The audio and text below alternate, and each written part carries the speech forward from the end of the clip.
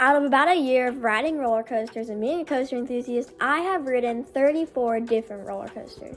In today's video, I'm going to be counting down the top 15 roller coasters that I've ridden. To start off our list, we have Medusa at Six Flags Great Adventure. This was the first ever full-size coaster. Opened in 1999, it was built by B&M.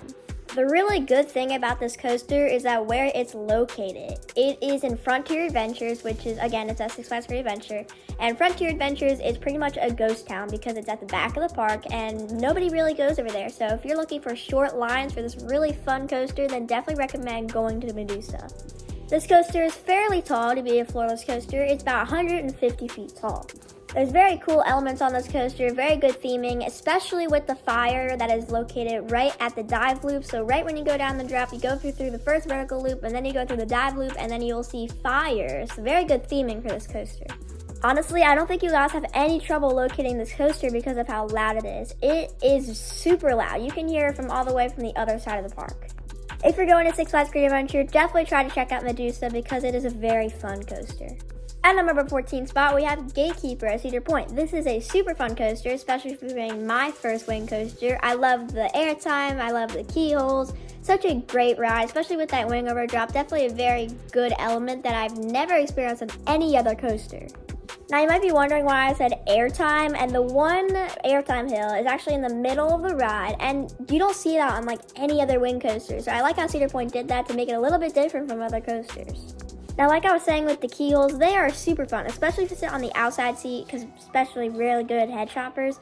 Now, I will say if you sit on the outside seat, then it will have a little bit of a B&M rattle. I mean, this coaster just does generally have a B&M rattle, pretty much like any other B&Ms, but it is a little bit more noticeable in the outside seat, so that's kind of like a con with that, but it definitely does not lower it down my list at all.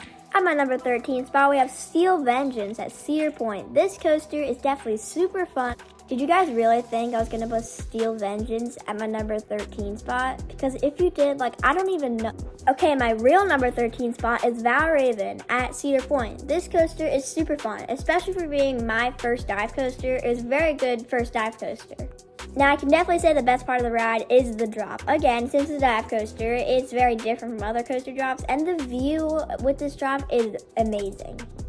At the end of the ride, you also have that very slow zero-G roll, which is very fun. It has some great hang time. Cedar Point really likes to have airtime with all of their coasters, even Gatekeeper, which is a wing coaster, which you don't see airtime on wing coasters, and they have the airtime hill. Now with Valravn, they have an airtime hill at the end of the ride also. Valravn is a super fun coaster that if you go to Cedar Point, then I'm thinking that this is a must-do because it's a super fun coaster.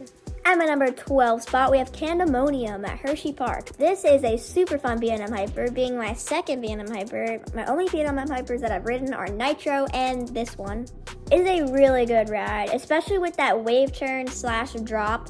And it is just such a good part of the ride. It really adds to the fun with it because if you're not really expecting that sort of like laterals and then you have that really good airtime drop. So really good part of the ride.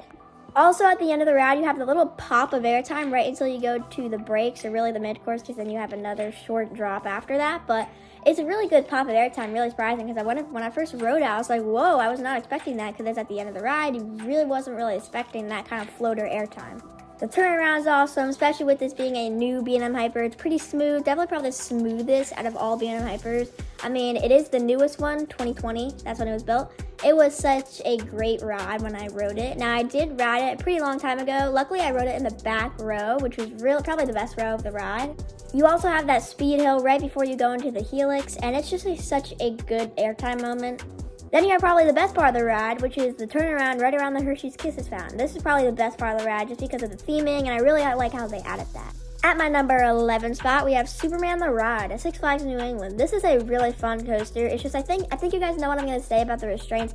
They are pretty uncomfortable, which is really unfortunate because this is a very great coaster that I think if the restraints were different, maybe like T-bar restraints, which you see on like Millennium Force at Cedar Point, and even restraints maybe at Superman at Six Flags America, but this coaster is just pretty uncomfortable, especially with the restraints. The ride itself is amazing, especially with the theming. I really, really love the theming. I feel like I can kind of relate to it with Medusa at Six Flags Great Adventure, how this coaster was Superman, then went into Bizarro, and then it's now back to Superman. And with Medusa at Six Flags Great Adventure, it was Medusa, then it went into Bizarro, and now it's back to Medusa. So I think it's kind of funny how those coasters relate with changing of the names and the themes of the ride. But it has really good ejector airtime on this coaster, and like I said with the theming, and especially with the fourth hill of the ride, that just has so much ejector airtime. And of course the tunnel at the end of the ride is a very good part of the ride. I really love, especially after the fog effect, if that's on. It's very, very good theming there. And then obviously you can't beat the music when you're going up the lift hill.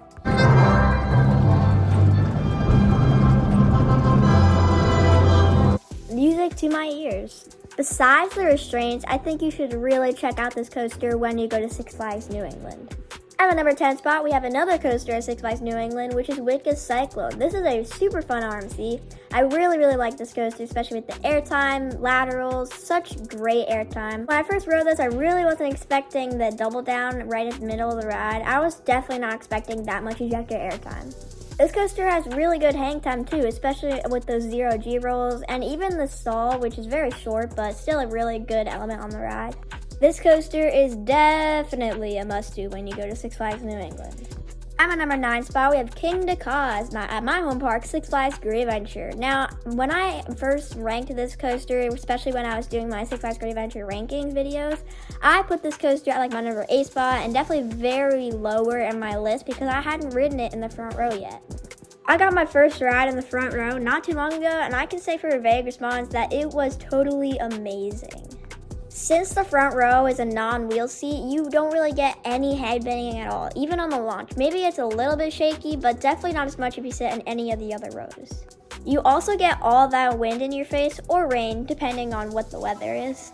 I got to experience both. On my first ride in the beginning of the day, it was not raining, and it was nice and sunny, and a bunch of wind in my face. Then when I rode it for the last ride of the day, it was raining and I got pelted with rain, which honestly was pretty painful, but it was a very interesting experience. Rain or not, this coaster is definitely, like I said with all the other coasters, is a must-do. At my number 8 spot, we have Talon at Dorney Park. This is a super good inverted coaster. I really love how this is different from other inverted coasters. I really love the low to the ground turnaround, right actually where like pathways where people are walking. It's very, very cool, especially with it is very low to the ground, so I think it's pretty intense, especially if you're not expecting it. Many people say that this is better than Steel Force. Many people say that it's not. I honestly think that is not as good as Steel Force. I used to think that Talon was better at Steel Force. It was my number 1 at Dorney Park, but I think that it's still a really good inverted coaster, but not as good as Steel Force. Steel Force is just such nostalgia for me, and it's a really good ride. This coaster is also almost a hyper coaster. Well, not really, but it's 135 feet tall, which is pretty tall for an inverted coaster. This ride is very fun, and honestly think it's not as good as Steel Force, but definitely my number 2 in the park. Speaking of the devil, at my number 7 spot, we have Steel Force at, again, Dorney Park. I did kind of talk about it a little bit when I was talking about Talon, but this ride gives a lot of nostalgia for me. But it's a very good ride, especially with the nostalgia. It was actually my first big coaster, I would say. I mean, it's a Hyper Morgan coaster, so it's a very fun coaster. Yes, it's not the smoothest, but honestly, it's not the roughest either. The ride next door, Thunderhawk, is way rougher. I mean, I can kind of give it a little bit of praise because it's like 100 years old, but definitely not a bad ride, just a little rough. And I'm not talking about Steel Force, I'm talking about Thunderhawk, but back to Steel Force, it's a really good ride, especially with the tunnels. I think it's a really good part of the ride. And we gotta talk about that Helix because it gains so much speed, and those head choppers, like, oh my gosh, it is such an intense part of the ride. Now, the only rough part of Steel Force is pretty much the transition from the Helix into the mid-course. It's not the roughest, but it's just a little bit shaky. Before we end talking about Steel Force, I want to talk about the lap bars because they're very roomy, especially for some good ejector airtime. At my number 6 spot, we have the one and only Wildcats Revenge at Hershey Park, new for 2023 coaster. This is a really fun ride, especially I got to ride it in June, so it was very in the early months of opening. It opened June 2nd of 2023, and I got to ride it maybe 2 weeks after, but it was a very fun coaster that I definitely want to get back on this year. We also gotta talk about that double down, because with normal double downs, it's just a normal double down. But this one is you actually get pushed to the side, which just adds to the thrill, especially because you get laterals and you get airtime. So it is very intense part of the ride that I was definitely not expecting. Then obviously we gotta talk about that largest underflip on any RMC. It is such a great part of the ride. That's maybe one of the best parts of the ride because it's very graceful and intense part of the ride. So it's very great, again, great part of the ride. And then again, you have all that glorious airtime, which again, I just really want to get back on this coaster. Winding down to the top 5 coasters, my top 15, we have El Toro at Six Flags Great Adventure. This is literally probably the most intense and best wooden coaster I've ever ridden. The ejector airtime on this coaster is incredible. The Rolling Thunder Hill is probably the most ejector airtime you'll ever experience on a roller coaster, especially if you go in the back row. I recommend row 17. Row 18 is good too, but row 17 is a non-wheel seat, so it'll be a little bit smoother than the other rows. But that is just so much ejector airtime that I was definitely not expecting the first time I rode in the back row. I mean, here's my reaction. This was my POV with my camera glasses. I mean, you can just tell that I am super surprised.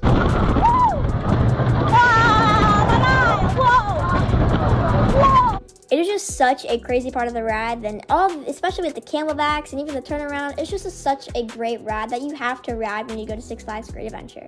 At my number 4 spot, we have Maverick at Cedar Point. This is, again, one of the most intense coasters I've ever ridden, especially this is an Intamin Blitz coaster, my first ever Intamin Blitz coaster, especially with that powerful launch in like the middle of the ride.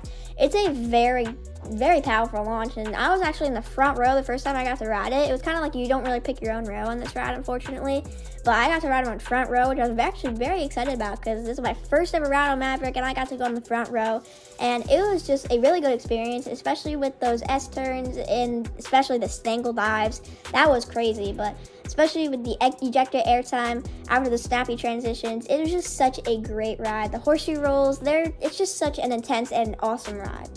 At my number 3 spot, we have Nitro at Six Flags Great Adventure. You guys probably weren't expecting this, but yep, Nitro at Six Flags Great Adventure. This is such a great B&M hyper. You guys know I love Nitro. Probably the best ride in the park. I really like Toro as well, which I talked about just a few minutes ago. But this coaster is very, very awesome, especially with going through the woods. That helix at the end, whew, that's a lot of G-forces, and especially with the bunny hills at the end. It's just such a great ride. The airtime is really good. Now, I wouldn't say it's like ejector airtime, it's more flowjector airtime, especially with that drop, especially in the back row. The back row is definitely the best seat on this coaster, but super, super fun ride that I definitely recommend riding when you go to Six Flags Great Adventure.